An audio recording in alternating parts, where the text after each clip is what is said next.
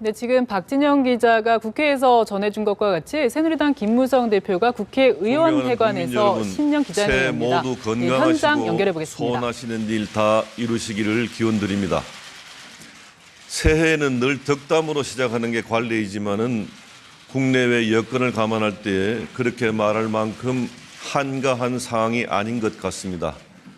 많은 국민들이 지금 이 시대를 위험과 불안의 시대로 인식하시면서 마음의 안정을 찾지 못하고 있는 상황입니다.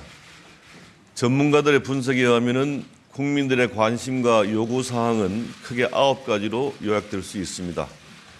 주요 내용으로는 일자리 부족과 고용 안정성에 대한 불안, 주택비용 상승에 따른 주가 불안, 교육비 증가에 따른 교육 불만, 노령화에 따르는 노인들의 노후 불안, 초저출산에 따르는 국가 미래에 대한 우려, 생활 속 안전에 대한 걱정, 정부 공기업의 관료 행정에 대한 불만, 북핵에 따르는 안보 불안, 그리고 무엇보다도 후진적인 정치에 대한 불만을 꼽을 수가 있습니다.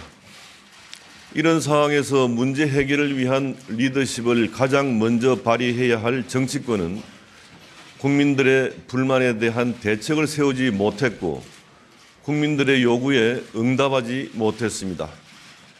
정치는 국민들에게 감동을 주고 손에 잡히는 결과를 만들어내야 하는데 제 역할을 하지 못했습니다. 그러다 보니 19대 국회는 역대 최악의 식물국회라는 평가와 비난을 받고 있습니다. 집권 여당의 대표로서 국민 여러분께 처절한 반성과 함께 머리 숙여서 사과의 말씀을 드립니다. 우리나라는 지금 안팎으로 심각한 위기에 직면해 있습니다. 안보 측면에서 북한의 4차 핵실험으로 한반도와 동북아의 안정감이 긴장감이 고조되고 있고 안보 불확실성이 급격히 높아지면서 우리 경제와 사회에 큰 부담이 되고 있습니다. 대외 의존도가 높아서 우리 경제에 큰 영향을 끼치는 세계 경제도 침체와 혼란의 모습에서 벗어나지 못하고 있습니다. 중국 경제는 성장률 7%라는 마지노선이 무너지면서 경착륙하고 있으며 이에 따른 수요 감소로 우리 수출이 직격탄을 맞고 있습니다. 일본과 유럽은 노쇠화된 저성장 경제인데 자기들만 살아남기 위해서 무례한 양적 완화 등의 정책을 펴고 있습니다. 저유가로 인해서 중동, 러시아 등 산유국 경제가 급속히 추락하고 있습니다.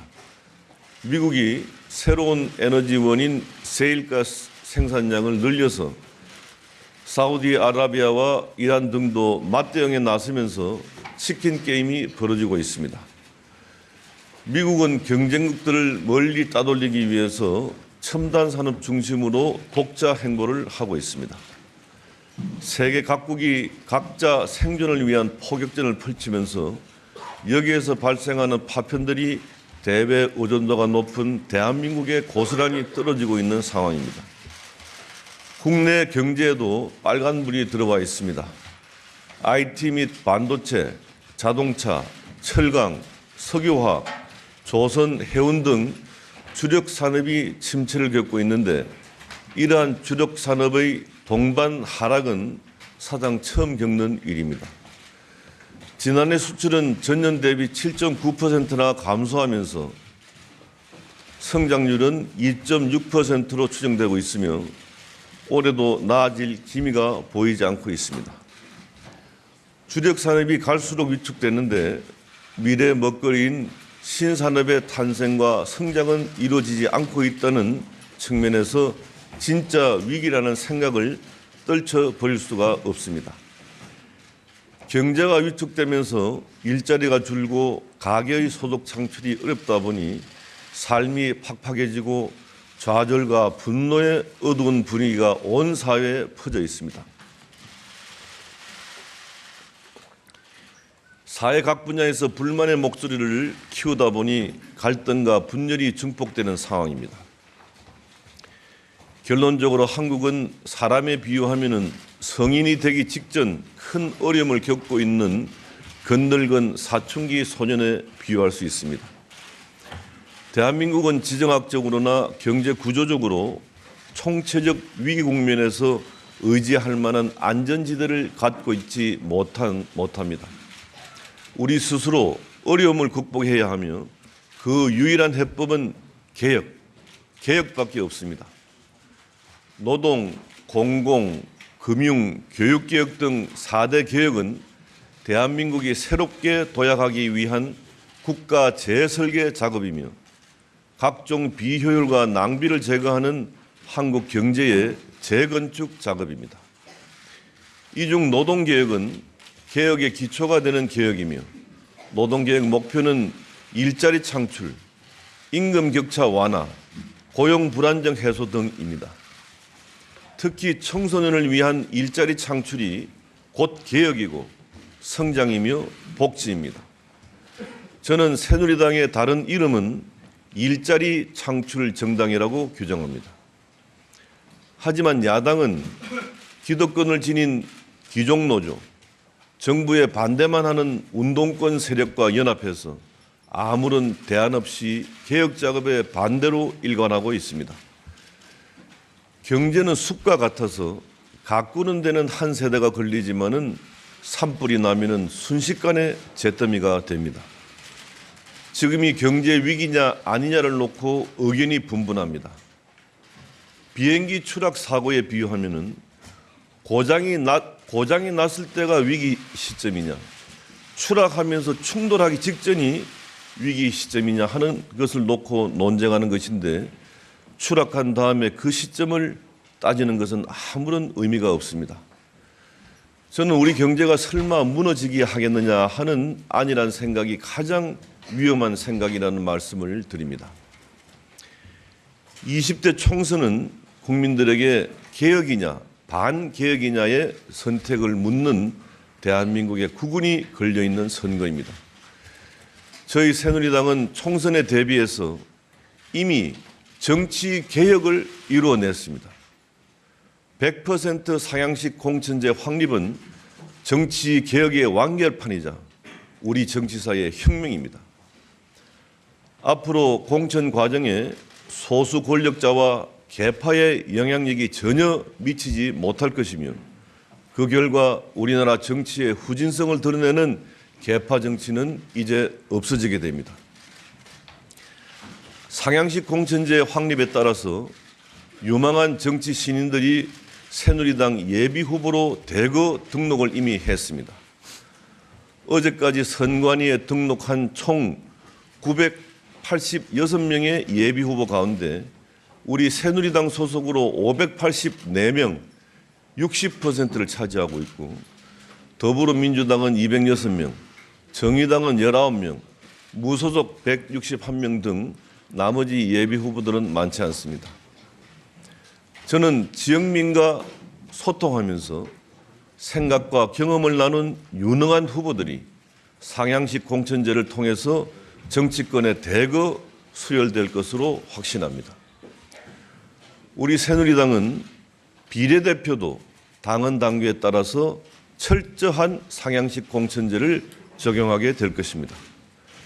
공모와 심사 후 국민공천배심원단을 통해서 평가를 받고 공정하고 투명하게 선정될 것입니다. 새누리당과 함께할 참신한 인재는 경제와 민생을 살릴 수 있는 인물, 국정이해와 국정운영 실력을 갖춘 인물, 지역 발전에 헌신할 수 있는 인물들입니다. 야당은 과거 방식의 공천 제도를 그대로 적용하고 있는데 이것은 결국 야당 내의 소수 권력자가 공천을 과거처럼 좌지우지한다는 얘기입니다. 여야의 총선 후보 특징을 보면은 야당은 인재 영입이라는 이름의 전략 공천으로 선정된 뿌리 없는 꽃꽂이 후보이고 여당은 상향식 공천으로 지역에서 출발하는 생명력 있는 풀뿌리 후보라는 점을 국민 여러분께 말씀드립니다. 국가 개혁에 있어서 반드시 해야 할 일은 앞서 말씀드린 4대 개혁의 완수입니다. 4대 개혁은 하고 싶어서 하는 것이 아니라 안 하면 안 되니까 반드시 해야 하는 개혁입니다. 예컨대 노동개혁이 없으면 대한민국의 미래가 없으며 많은 선진국들도 모두 고통을 겪으면서 개혁을 완수해 왔습니다. 개혁을 미루고 당장의 인기에 영합한 포퓰리즘을 선택한 남유럽과 남미 국가들은 줄줄이 선진국 문턱에서 추락하는 파국을 맞았습니다. 저희 새누리당은 재정의 안정을 도모하고 정책의 비효율을 걷어내기 위한 공공개혁과 규제 완화 추진에 적극 나서겠습니다. 사회 안정을 해치는 비합법적인 부의 집중을 견제하고 격차 해소와 공정한 경쟁 촉진을 위해서 대기업 지배구조 완화 작업에도 많은 노력을 기울이겠습니다. 대한민국의 미래를 위한 개혁의 완수를 위해서 국회 선진화법 문제는 반드시 해결해야 합니다. 국회 선진화법은 야당 결재법이자 소수 독재법으로 국회를 실물 국회로 전락시킨 악법 중의 악법입니다. 세계는 지금 빛의 속도로 경쟁하고 있습니다. 국내 리더십도 예기치 않은 위기에 대한 대처, 하루가 다르게 발전하는 신기술, 신경제의 도입, 국제적인 협력 공조 등의 속도감 있게 대처해야 글로벌 경쟁에서 밀리지 않습니다. 하지만 국회 선진화법이 국가 시스템의 블랙홀로 작용하면서 대한민국은 거북이 걸음만 되풀이하고 있습니다. 국민들은 지금 일하는 국회, 생산적인 국회를 요구하고 있는데 국회 선진화법이 국가 위기를 초래하는 주범이 되어서 국민의 지탄을 받고 있습니다. 이처럼 심각한 국가 위기를 초래하는 국회 선진화법과 관련해서 저희 새누리당은 개정안을 마련한 만큼 국회 선진화법 개정안의 직권 상정을 국회의장에게 강력히 요구합니다. 야당에 대해서도 제안을 드리고자 합니다. 종전의 246개 선거구 안은 현실적으로 불가능한 것으로 결론이 났습니다. 그런 만큼 선거구 없는 입법 마비 상태를 막고 예비 후보들이 제대로 활동할 수 있도록 여야가 잠정 합의한 대로 253개 지역구부터 우선 확정하고 의견 차이를 보이고 있는 비례대표 문제는 계속 논의할 것을 제안합니다. 야권이 분열되다 보니 많은 국민들께서 어느 당이 어떤 정책을 갖고 계신지 헷갈려 하십니다. 더불어민주당의 경우 새로운 리더십이 등장해서 정책 정당을 표방했고 국민의당은 합리적인 개혁 정당이라고 주장을 하고 나섰습니다. 총선에 나서는 정당은 주요 현안에 대한 명확한 입장 발표로 국민 평가를 받아야지 단순한 이미지 쇼로 국민을 현혹시켜서는 안 됩니다. 현재 국회에 계류된 주요 현안은 국민 안전을 위한 테러 방지법, 북한 동포들의 인권 보호를 위한 북한 인권법, 청년 일자리 창출을 위한 서비스 산업 발전 기본법, 기업 구조조정을 돕는 기업 활력 제고법과 노동시장 구조 개선을 위한 노동개혁 5법 등이 있습니다. 야권이 분열에 분열을 거듭하고 있는데 각 정당별로 정책과 비전의 차이를 명확히 제시해서 국민들의 냉정한 심판을 받아야 하지 않겠습니까? 역사는 순간순간이 갈림길이며 선택입니다. 대한민국이 위기 극복을 하느냐, 그렇지 못하느냐의 중대한 기로가 되는 게 바로 20대 총선입니다. 우리 새누리당은 개혁의 선봉에 서는 정당으로 야당이 차별과 격차를 말할 때에 기회와 공정을 말하고 야당이 좌절과 분노를 부추길 때에 희망과 미래를 설계하고 만들어 가겠습니다. 20대 총선을 반드시 크게 승리해서 대한민국의 미래를 위한 개혁을 완수하고 집권 여당으로서 국정을 잘 뒷받침하겠다는 말씀을 드립니다. 감사합니다. 네, 김무성 대표님의 회견문 발표가 있었습니다. 이어서 언론인 여러분들과의 질의응답 시간을 갖도록 하겠습니다. 질의하실 언론인께서는 손을 들어주시기 바랍니다. 네, SBS 김정인 기자 질문하시기 바랍니다. 네, 저 SBS의 김정인입니다. 어제 안대희 전 대법관과 오세훈 전 서울시장의 출마 선언이 있었습니다. 이른바 험지 출마로 대표되는 전략적인 재배치가 더 있는지, 있다면 그 대상과 범위가 궁금하고요. 그리고 벌써부터 당내 경선 후유증에 대한 우려의 목소리가 나오고 있습니다. 그에 대한 대책이 있으시다면 말씀을 해주시기 바랍니다. 그리고 현재 야권은 분열을 하고 있습니다. 그런데 여론조사를 보면 야권 전체적인 지지도는 오히려 오르는 추세입니다. 이러한 상황에 대한 인식은 어떠하신지, 그리고 그런 인식을 바탕으로 새누리당 총선 결과는 어떻게 전망하시는지 말씀을 해주시고요. 마지막으로 야당 영입 인사들에 대해서 꽃꽂이용이다 이렇게 얘기하셨는데 그 부분에 대한 자세한 설명도 부탁드립니다.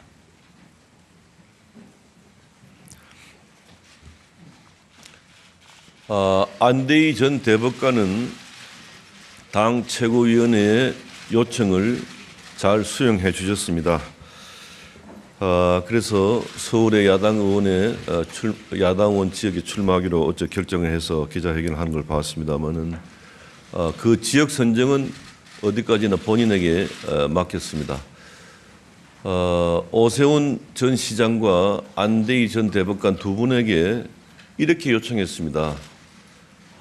안대희 전 대법관은 부산 해운대 고향이긴 합니다만은 수도권이 항상 여당이 어려운 지역이니 수도권의 한 지역에 야당 의원직에 나가서 당에 좀 도움을 대달라 하는 그런 부탁을 했는데 그 회의 응해서 어제 그런 결정을 했고, 오세훈 전 시장에 대해서는 이미 종로에 우리 정인봉 위원장과 박진 전 의원이 현재 출마 준비를 하고 있기 때문에 종로는 그 두 분에게 맡기고 오세훈 전 시장은 다른 지역에 나가서 의석을 한 석이라도 더 얻을 수 있도록 협조해 달라 이렇게 부탁을 권유를 했습니다.